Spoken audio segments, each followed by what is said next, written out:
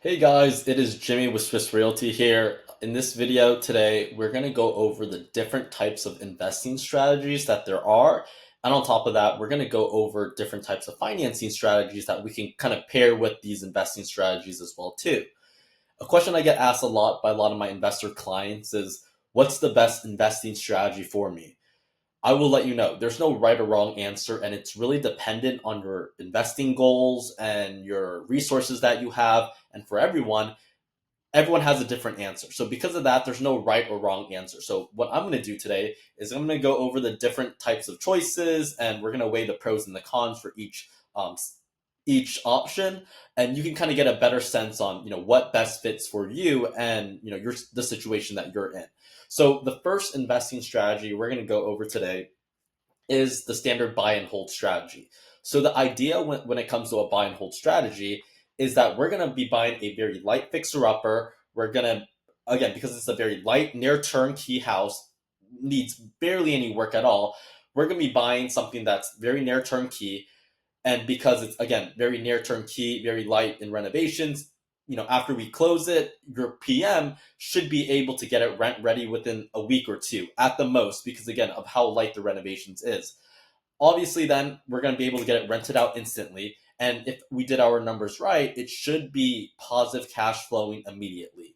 Or and it's, for me, how I look at the buy and hold strategy, is that it's like a set it and forget it. It's as simple as it gets, because essentially, again, you're putting 20% down, buying a very near turnkey, very very light fixer upper, and that needs barely any work at all. And then if you did your numbers right, you should be positive cash flowing immediately. That's the whole gist of the buy and hold strategy, and it's as beginner friendly as it gets. And this is what I tell a lot of my clients: is like, if you want something where you don't have to think about, it's back of mind, you just want to collect the paycheck at the end of the month, and you just literally do not want to manage any contractors or get into any crazy renovations, I'm gonna be honest with you, go with the buy and hold. So that's kind of how I characterize that. However, the big con when it comes to the buy and hold strategy is that it does require a lot of capital. With all these buy and hold strategies, you will have to put a minimum at least 20% down every time.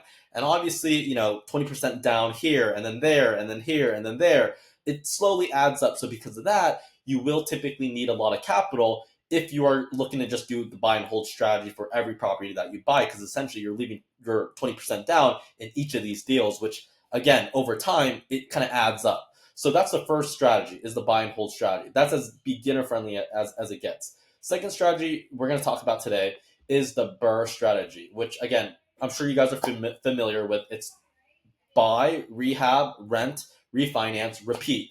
And the goal with this strategy is you're going to be buying a significant fixer upper that has enough of a equity spread. After you fix it up, you're going to want to rent it out, and after you rent it out and you get it at market rent, you want to then refinance, and your goal is you want to pull out all your money ideally, but if not all your money, as much money as possible. So what you're going to be doing is you're going to be leaving in as little money down in the property as possible.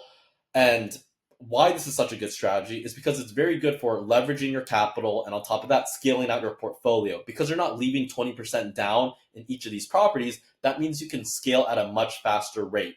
And I will let you know, when it comes to BRRRRs, you know, it doesn't have to be a clean BRRRR.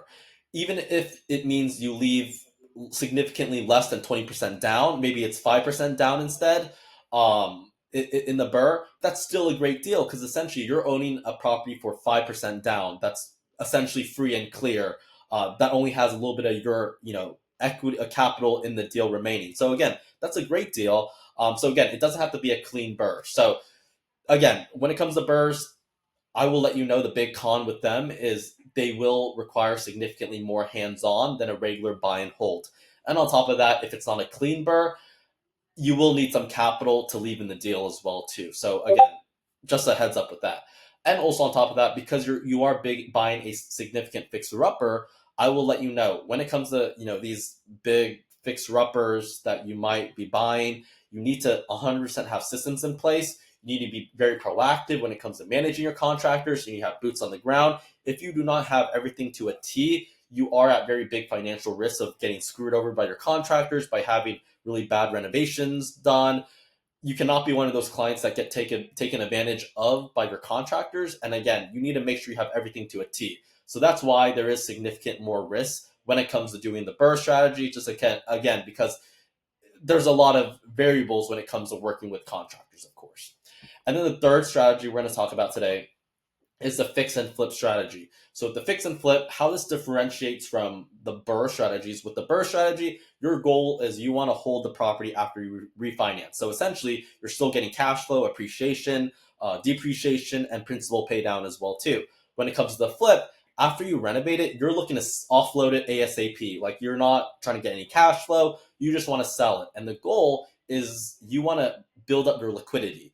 And for a lot of people, they just want to offload it, sell it, and build up their capital so they could buy more investment deals. Because again, to invest in real estate, you will need capital, obviously.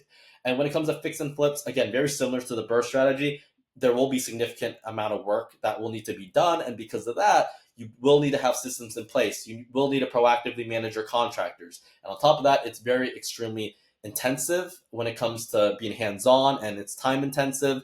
It's not one of those things where you can kind of take a back seat and let people do whatever they want to do. That you cannot allow to happen. And then the fourth thing, whoops, I forgot to, I just realized this. So the fourth strategy is short-term and midterm rental. So I'll just go over this one really quickly. So with this one, think about it as it's a buy and hold rental, but it's on steroids, in the sense that when it comes to short-term, midterm rentals, they're not hands-off. The reason why is because your ratings will make or break how successful you will be. For example, on Airbnb, if you get enough bad ratings on Airbnb, your listing will actually get ghosted, or will get blacklisted, if you have enough bad ratings. So because of that, you do need to make sure everyone on your team is doing everything that they're supposed to and on time. You got to make sure turnovers are happening as they should be, and you cannot miss a beat. If you do, you're going to see that in your ratings. And if you have enough bad ratings, your listing might just be pulled, honestly.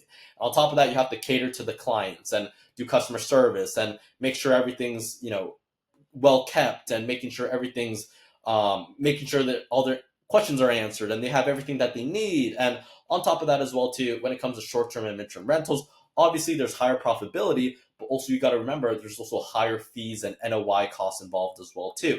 So there's higher PM fees. You got to pay for staging, and you got to have an interior designer, make your Airbnb look beautiful. And on top of that, you got to also pay for utilities as well too. So there is significantly much higher costs when it comes to short-term and midterm rentals. So it's not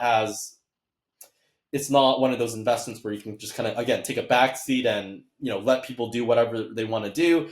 You do have to be proactive when it comes to short-term and midterm rentals, or at least keep your pulse to make sure that everything is going as planned, and, you're not missing a beat as well too. So, okay. So these are the four main investing strategies here, I would say, that most investors do. Again, it really depends on your goals and what you're looking to do, and your resources that you have. So there's no right or wrong answer. All these are great strategies if you have the right resources and the time to do them, of course. And then with that being said, we're going to really quickly jump into some types of financing strategies. Okay, so a question I get a lot as well too from a lot of my investor clients is, what type of financing should I go with? So what I will let you know is, number one, if you're an investor and you're looking to go with the buy and hold strategy, where you're buying a near turnkey house, needs very little in work, you should go with conventional financing. The reason why is because conventional financing will get you the best rate, because it's Fannie Mae, Freddie Mac, and on top of that as well too, that's what conventional financing is for. It is for near turnkey houses. So again, that's what it's for. If you are, self-employed, for example, that's when you would look into DSCR. But I would say if you still are able to get conventional financing in this situation, you should 100% by all means go for it if that's what you're looking to do, if you're looking to do buy and holds. So if you are, on the other hand, looking to get into BRRRRs or flips or, major fixer-uppers, that's when you would want to go with hard money or cash. The reason why is because conventional financing does not allow you to buy a major gut job of a house. Something as simple as like a roof having a hole in it or your window being broken, something like that will disqualify it from conventional financing. They do have very strict guidelines. So because of that, if you're buying a major fixer-upper where you're going to have to pretty much replace everything, you cannot go with conventional financing or DSCR in this situation. You will have to go with hard money or cash. And obviously, cash is king because, again, you don't pay any interest rates. There's no lender fees involved. But when it comes to hard money, you are paying a very high interest rate, and there are high lender fees involved as well too. But they are the best for BRRRRs and flips. But you have to understand that with these type of loans and cash, when it comes to hard money and cash, they're a short-term loan. So you're not going to keep them for a 30-year fixed loan or anything like that. It's literally just for a few months while you're renovating the property. And after that, you would refinance out as well too. But hopefully that answers some of your questions. Again, just to summarize it real quick, if you're going to go with buy and holds or a short-term, midterm rental, something that's near turnkey, go with conventional financing or DSCR in this case. If you're going to be buying a major fixer-upper, go with hard money or cash in this situation. Obviously, if you have cash, that's king. But aside from that, that should hopefully answer some of the questions that you have today about, what type of investing strategy to go with, what type of financing to go with. If you have any questions, please make sure to drop a comment on my YouTube video. I'm always more than happy to help. So yeah, feel free to reach out. Just to, recap off one last time, my name is Jimmy. I am an investor agent here in Columbus, Ohio. I help investors buy their next BRRRR, flip, buy and hold, or even short-term rental here in Columbus, Ohio. I've done over 17 million in terms of real estate sales in the last 16 months. So again, if you have any questions or anything comes up, feel free to reach out. I'm always more than happy to help. So with that being said, thank you so much. Really appreciate it. And thank you for taking time to watch this video. Appreciate you guys.